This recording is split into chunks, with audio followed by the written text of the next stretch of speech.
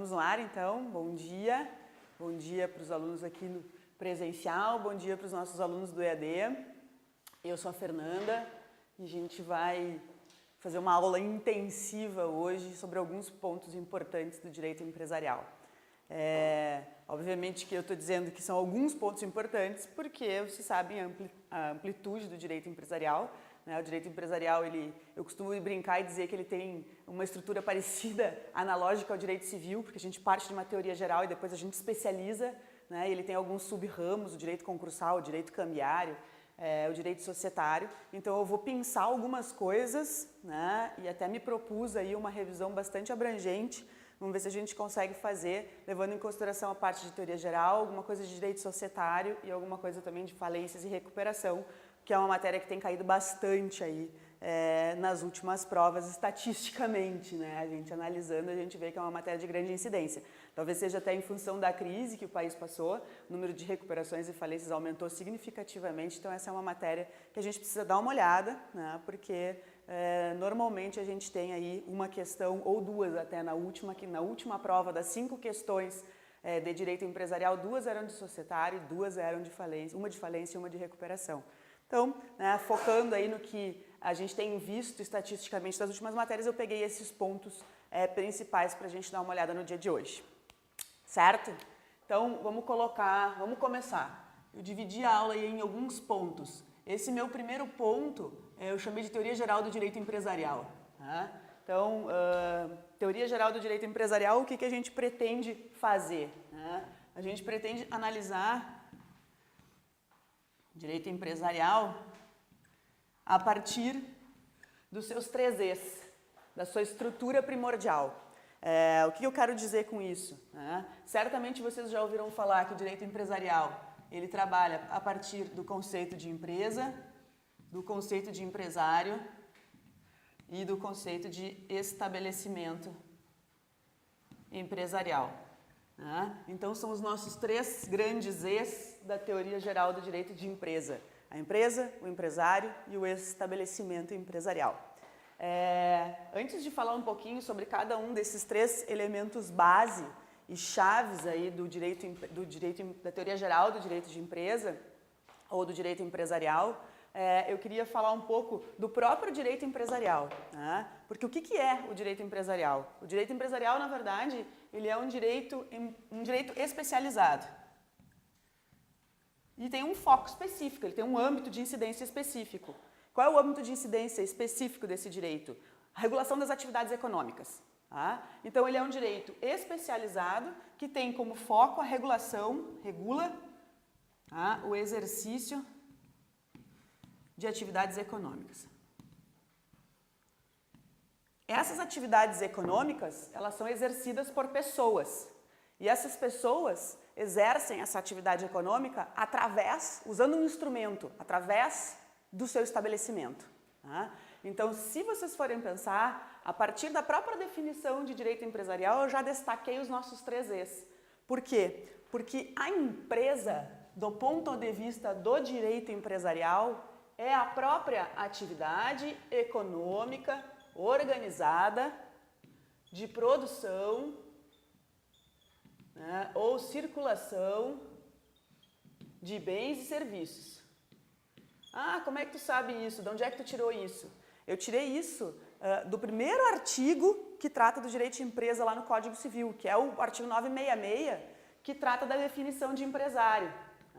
O artigo 966, ele diz, considera-se empresário aquele que exerce profissionalmente a atividade econômica organizada de produção ou circulação de bens e serviços. E a doutrina, ela diz o seguinte, o legislador não destacou no Código Civil o conceito de empresa. A gente extrai o conceito de empresa de dentro do conceito de empresário. Em função do quê? Em função de que o Código Civil de 2002, quando ele incorporou a regulamentação do direito de empresa, ele adotou no seu corpo aquilo que a gente chama de teoria da empresa. Teoria da empresa, que era uma teoria formulada pelos italianos lá, e a gente obviamente não vai entrar nessa fase teórica, mas vocês vão ver que tem uma questão aí que eu pretendo trabalhar aqui se exige isso aqui, né, esse conhecimento do aluno, daquele candidato. E a teoria da empresa, ela veio a substituir uma antiga teoria que estruturava o âmbito de incidência desse direito especializado, que era a teoria dos atos de comércio, que era a que pautava o Código Comercial de 1850, cuja primeira parte foi revogada quando entrou em vigor o Código Civil tratando do direito de empresa. O principal objetivo aqui, na verdade, dessa modificação do direito comercial para o direito empresarial foi ampliar o âmbito de incidência dessa matéria especializada. Antes se dizia que se aplicava o direito comercial para as relações comerciais, industriais e bancárias, né? E quando o legislador resolveu adotar a teoria da empresa, partindo da definição de empresa, de que empresa é toda e qualquer atividade econômica organizada de produção ou circulação de bens e serviços, esse direito empresarial passou a ter um âmbito de incidência muito maior. Eu costumo brincar e dizer que ele regula inclusive as atividades não empresariais, porque vocês devem ter ouvido falar já da sociedade simples, né? A sociedade simples volta e meia cai na prova da OAB. O que é a sociedade simples? Na verdade, a sociedade simples é uma reunião de pessoas exercendo uma atividade coletivamente, mas uma atividade que não é considerada empresária. É uma sociedade, é um gênero contraposto ao gênero de sociedade empresária. Então, o direito empresarial regula as sociedades que exercem atividades econômicas não empresariais. Então, ele tem esse âmbito de incidência bem mais alargado. E a teoria da empresa, então, definiu a empresa como essa atividade econômica organizada de produção e circulação de bens e serviços, que a gente extrai lá do 966. Basicamente, em relação à empresa, era isso que eu queria dizer para vocês. Mas eu vou aproveitar que eu estou tentando montar um esquema aqui, né, dessa estrutura da teoria geral do direito de empresa, e vou mostrar para vocês uma outra forma da gente avaliar a questão da empresa, que é tentar classificar a empresa. A gente sabe que, tecnicamente, empresa é uma atividade. Então, a empresa não se confunde com bens e a empresa não se confunde com o sujeito, né? Porque a empresa vai ser exercida pelo empresário, que é a pessoa, através do seu estabelecimento, né? Que é o conjunto de bens necessários para o desenvolvimento da atividade. Então, tecnicamente, a empresa é uma atividade, mas a gente consegue classificar a empresa através de duas formas diferentes. Existe como classificar a empresa através do seu exercente e existe como classificar a empresa através do seu porte econômico. Através do exercente e através do seu porte econômico. Eu tenho alguma limitação aqui para o pessoal de casa não me perder? Eu posso andar. Então tá bem. A primeira classificação, que é a empresa vista pelo seu exercente, a gente pode dizer que a empresa pode ser exercida por uma pessoa física ou por uma pessoa jurídica. Então, se a empresa for ser exercida por uma pessoa física, a gente vai ter a figura do empresário individual, que tem algumas características próprias, eu vou falar um pouquinho depois sobre ele. Se a empresa for ser exercida por uma pessoa jurídica, hoje a gente tem duas possibilidades, não temos? Sim ou não? Sim, quais? Não, isso ainda são os tipos de sociedades, são dois tipos de sociedades mais relevantes que a gente tem no Código Civil. De fato, são 99, vamos botar assim, né, brincar, 99,9% das sociedades que são constituídas no país hoje ou são limitadas ou são SAs. Mas antes, espécies de pessoas jurídicas que podem exercer atividade empresarial, a gente tem a sociedade empresária, né, que pode ser do tipo limitada ou do tipo SA, do tipo sociedade anônima, né, e tem outros tipos também, mas que praticamente não tem relevância prática. Antigamente caía na prova da OAB sociedade em nome coletivo, sociedade em comandita, mas faz muitos anos que a gente não vê isso nas provas, então a gente também a gente tem que focar naquilo que é mais importante, naquilo que a gente acredita que a gente vai ter uma questão que nós vamos matar, né, e que nós vamos conseguir lograr êxito aí. Então, a sociedade empresária ou a EIRELI.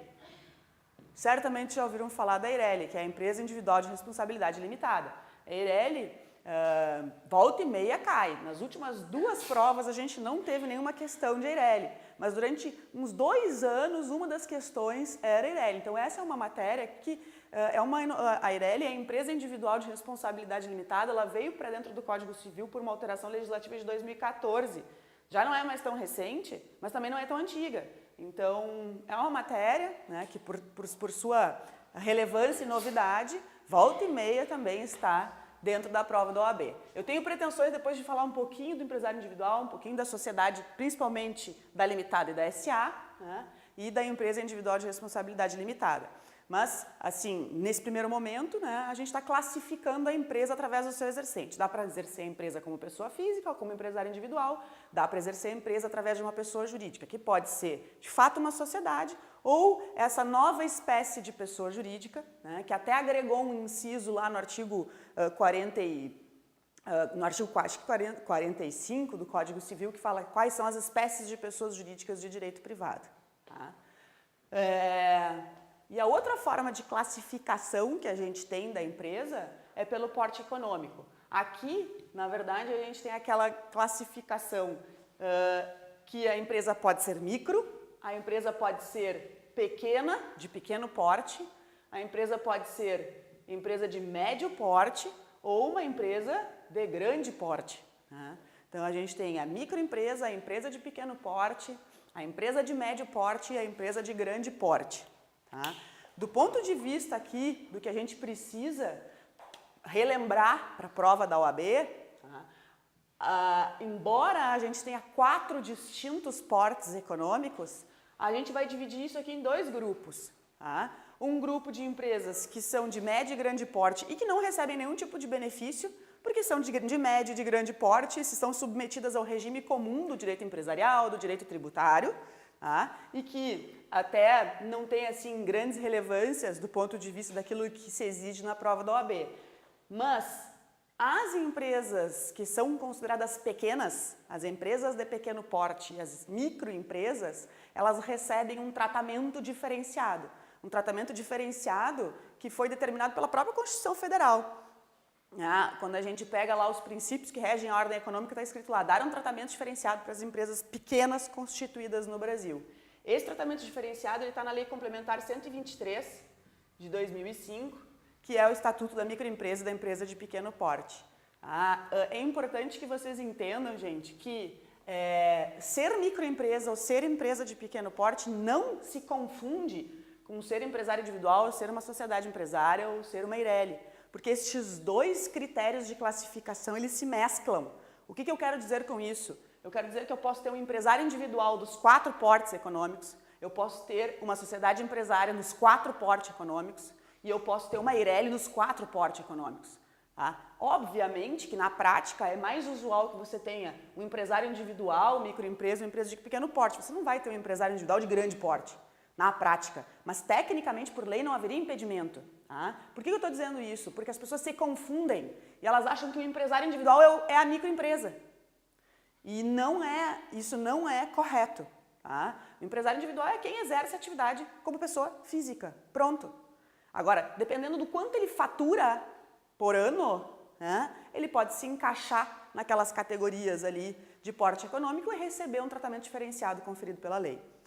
Então, aqui, essa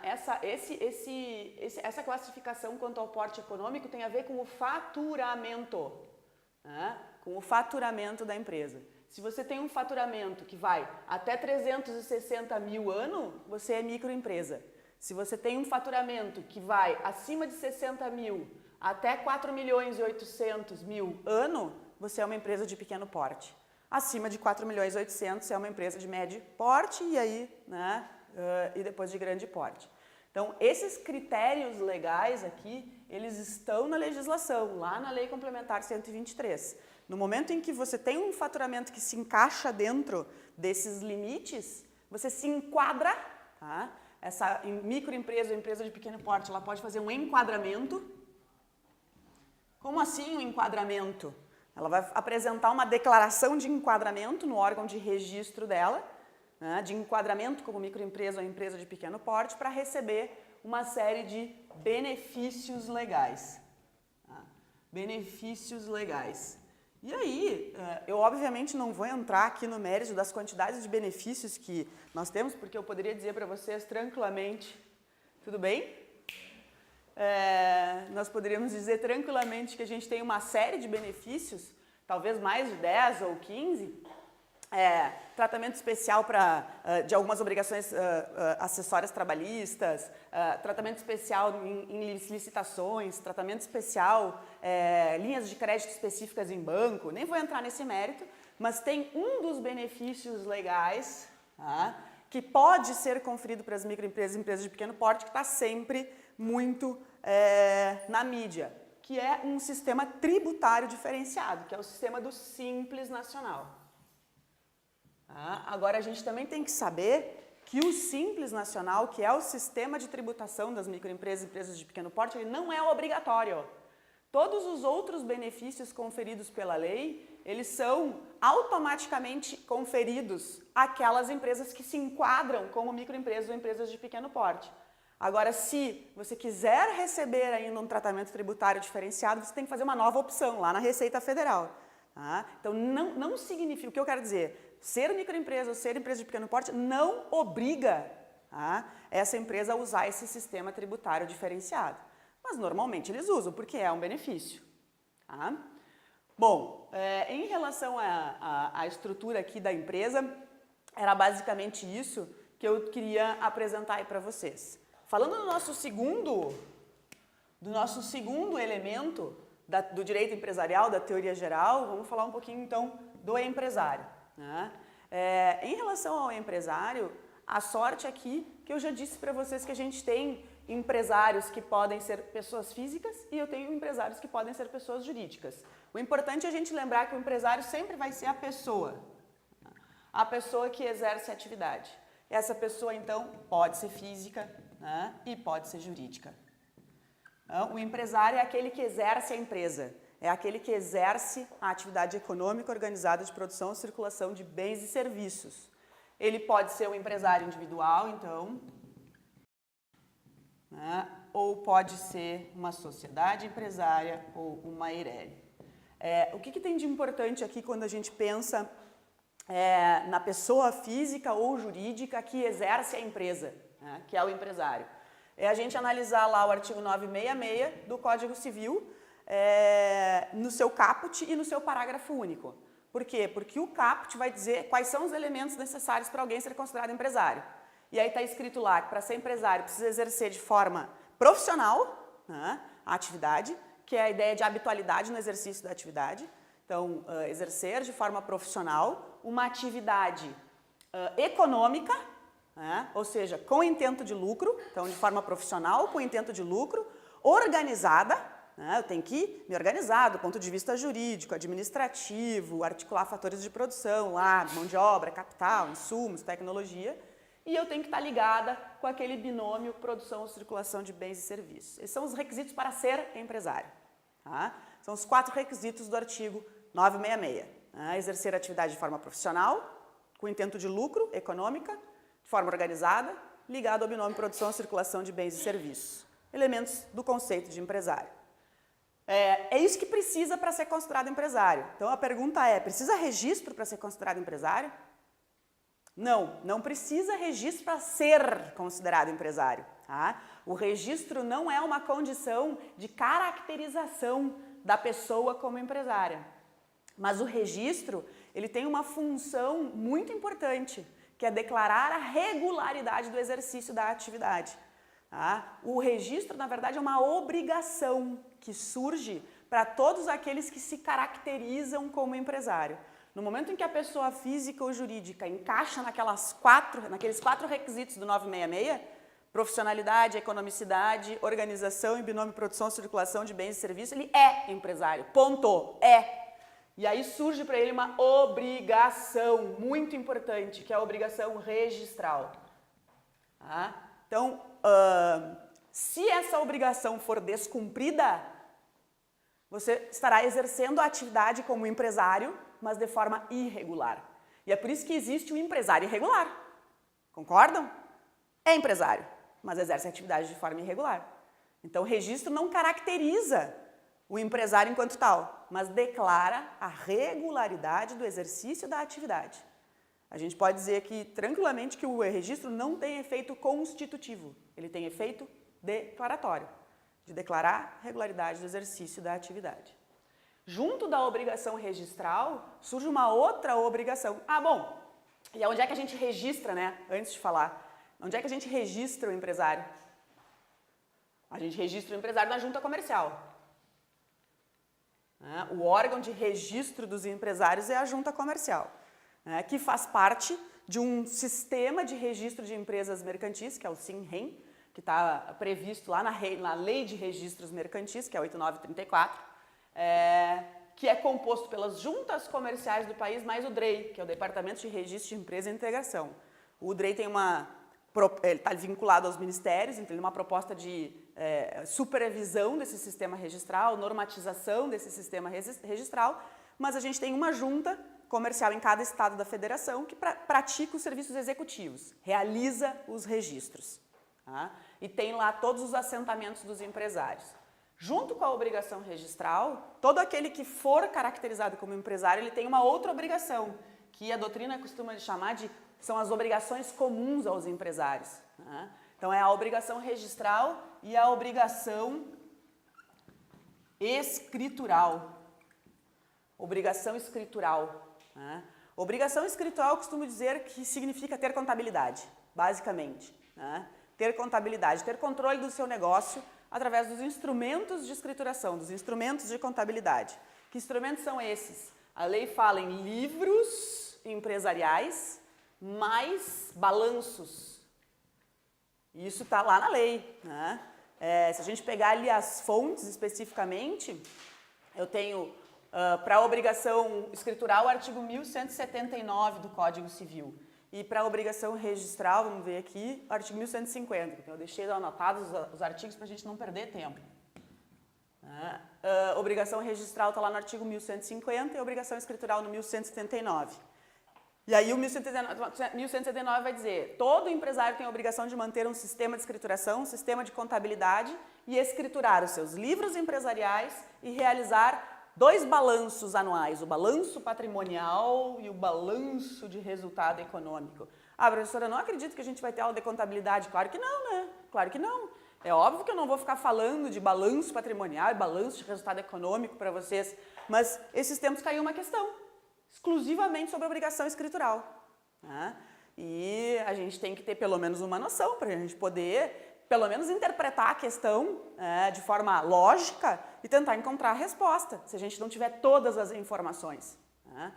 Então, essa obrigação escritural, ela é a obrigação de um empresário ter livros, ter principalmente o que a gente chama de livro diário,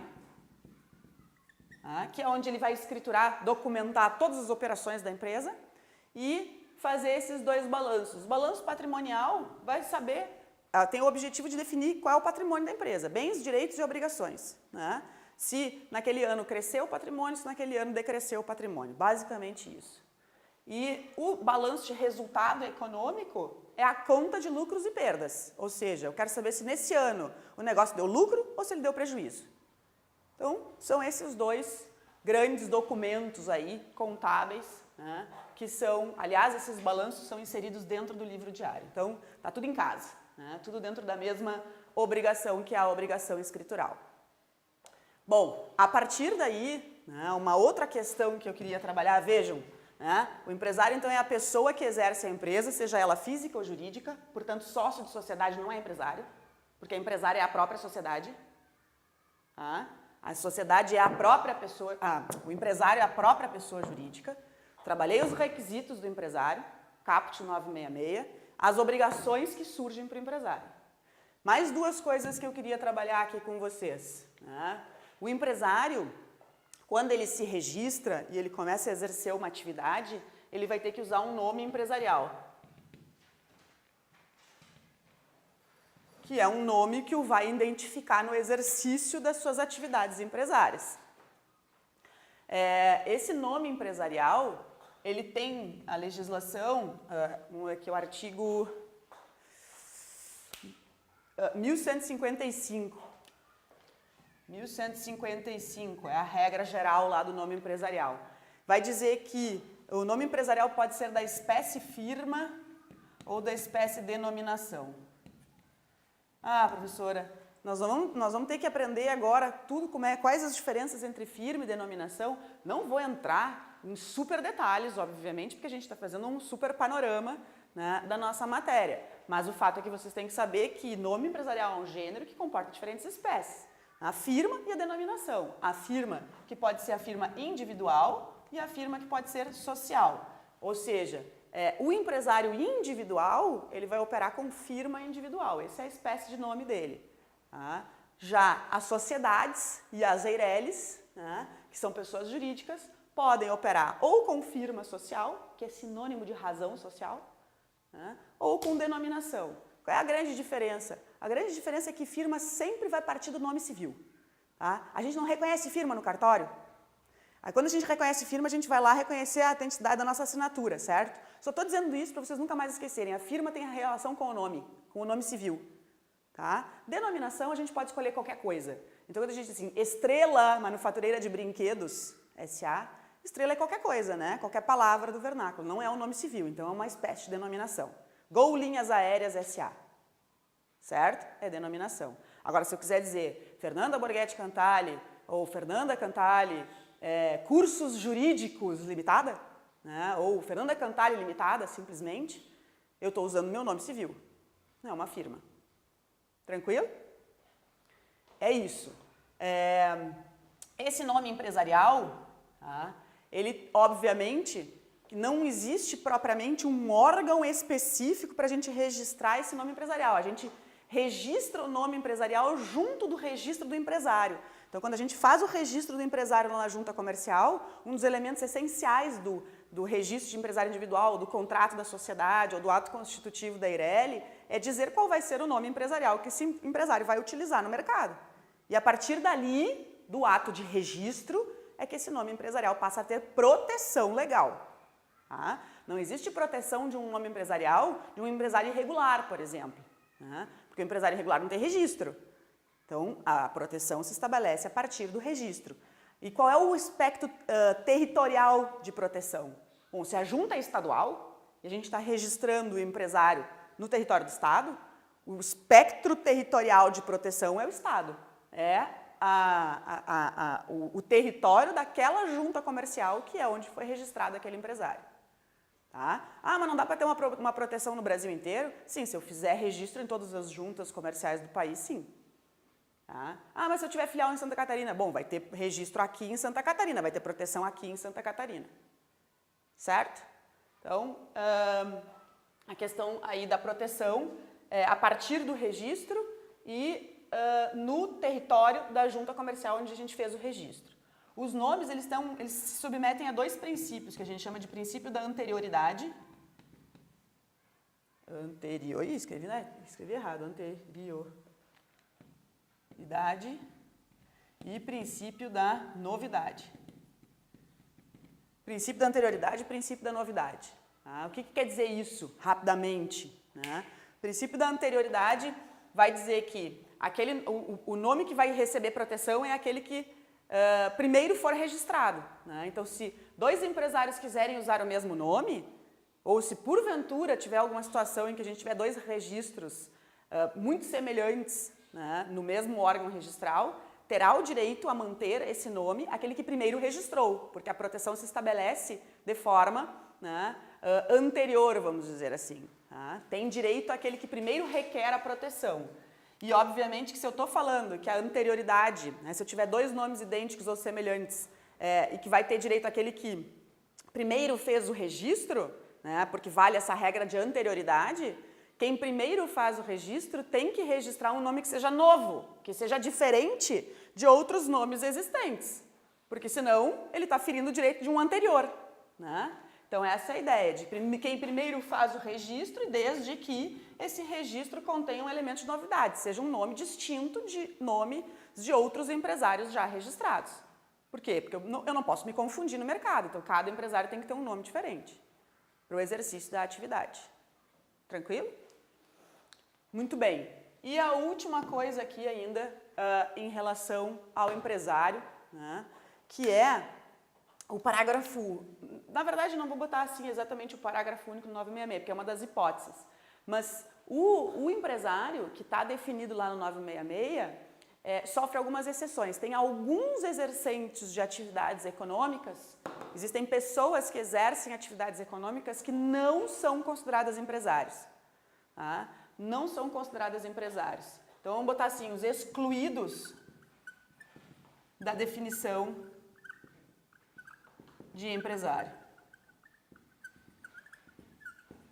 E os excluídos da definição de empresário, vamos botar duas hipóteses aqui, para vocês terem isso presente, porque isso volta e meia aparece também em questão. Para a primeira hipótese do excluído da definição de empresário, está no parágrafo único do 966. E diz lá no parágrafo único do 966, não se considera empresário quem exerce profissão intelectual de natureza literária, artística ou científica, ainda que com concurso de auxiliares ou colaboradores, salvo se o exercício da profissão intelectual constituir elemento de empresa.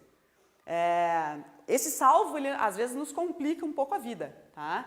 Mas essa análise subjetiva não vai ser colocada numa prova da OAB. O máximo que pode ter lá na prova é dizendo o profissional intelectual exerce a sua atividade de forma pessoalizada, ou o profissional intelectual exerce a sua atividade como empresa, né? Ou como elemento de empresa. Se tiver escrito isso, né, o profissional intelectual exerce a sua atividade de forma pessoalizada, ele não é empresário.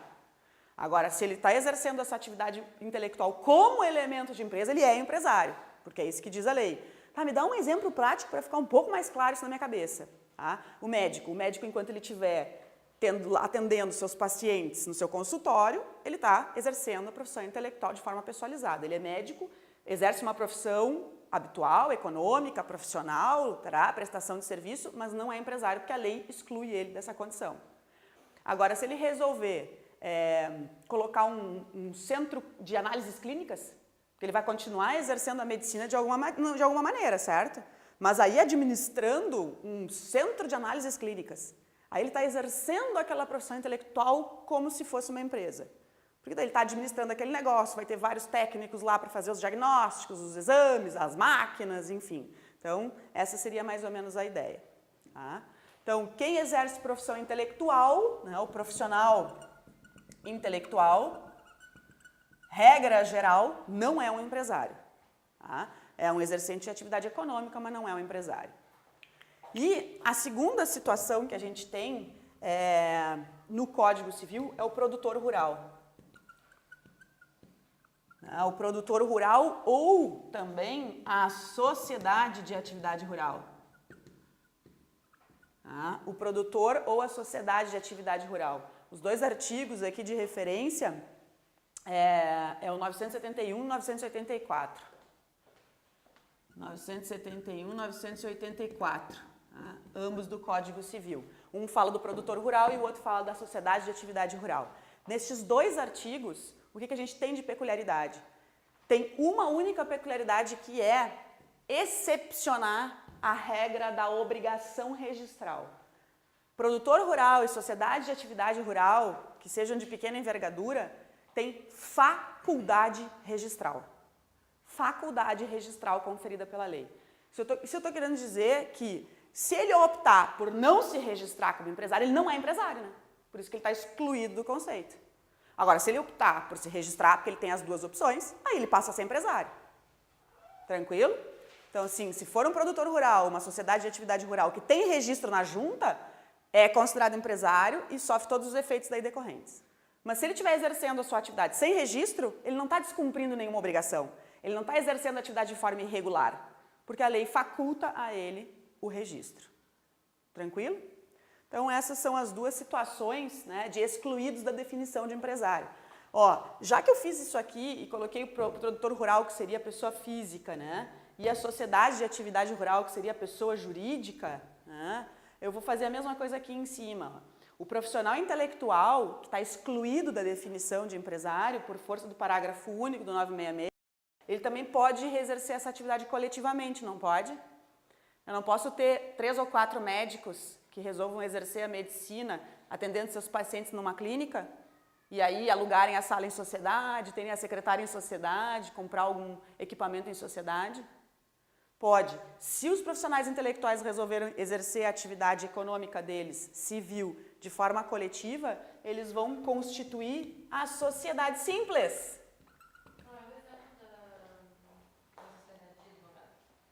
É o exemplo da sociedade de advogados. Muito bem, muito bem. Perfeito, né? A sociedade de advogados entra no mesmo esquema aqui. Se a gente for advogar sozinho, nós somos profissionais intelectuais, né? Se nós formos advogar em sociedade, nós vamos estar constituindo uma sociedade do gênero simples, que é uma sociedade em que não se exerce empresa. É uma sociedade em que se exerce uma atividade intelectual, uma atividade econômica civil. Tá?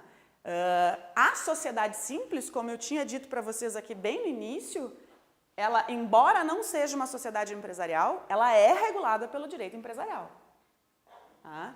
E a única peculiaridade que a gente tem aqui é que o órgão registral dela é diferente, é o Registro Civil de Pessoas Jurídicas. Registro Civil de Pessoas Jurídicas. O artigo esse aqui, o 1150, que trata da obrigação registral, ele vai dizer, os empresários se registram no registro mercantil, a cargo das juntas comerciais, né? E as sociedades simples se registram no registro civil de pessoas jurídicas. Tá? Já que falamos da sociedade de advogados, né? Faço um parêntese, que isso é quase aula de ética, mas os assuntos se misturam, né? E isso é uma particularidade da prova da OAB, gente, né? A gente perceber que a matéria tributária às vezes está dentro da prova de empresarial, a matéria empresarial às vezes está dentro da matéria dentro das questões de tributário, né? As questões de ética e estatuto da advocacia às vezes se misturam com o direito empresarial, porque sociedade de advogados não deixa de estar regulada aqui pelo direito empresarial como sociedade simples, né? Se for uma sociedade de advogados, o registro é a OAB, né? O órgão registral é específico, por força do estatuto da OAB. Aí a gente não vai registrar no registro civil, e sim na OAB. Tranquilo? Bom, e em relação ao empresário, era isso aí que eu queria trazer para vocês. Tá?